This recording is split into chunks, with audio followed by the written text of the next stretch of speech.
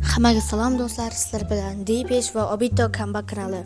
Bugun biz Depesh nomli bir o'yinchining hayotida bo'lgan voqeani ko'rib chiqamiz, ya'ni Minecraftda.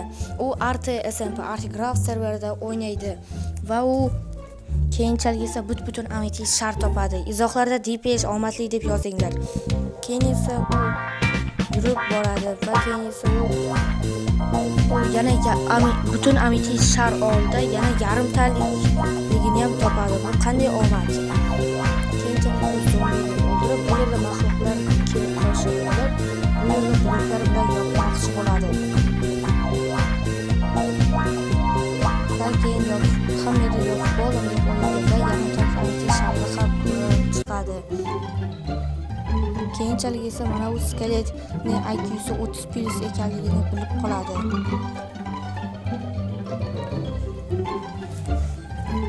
Va keyin esa u skeletni o'ldirishga harakat qiladi va uni o'ldiradi.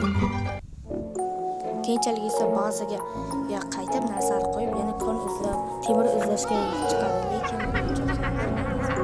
siz buni sezasizmi? Nikni. Agar siz birorta nikni ko'rayotgan bo'lsangiz, videoga hoziroq like bosing. Agar siz nikni ko'rmayotgan bo'lsangiz, albatta obuna bo'ling. Bu yerda u qazib ketyapti, lekin bu yerda nik bor. Lekin bu yerda aniq bo'shliq yo'q. Savol, bo'shliq bo'lmasa u o'yinchi qanday tez harakatlanadi? Bu o'zi nima? Bu kuzatuvchi rejimda bo'lgan admin bo'lishi ham mumkin, lekin odam kuzatuvchi rejimda bo'lsa, uni baribir nikini ko'rmasligimiz kerak. Keyin esa u Depeshni oldiga keladi va keyin esa bilasizmi, u keyin uzoqlashib ketadi.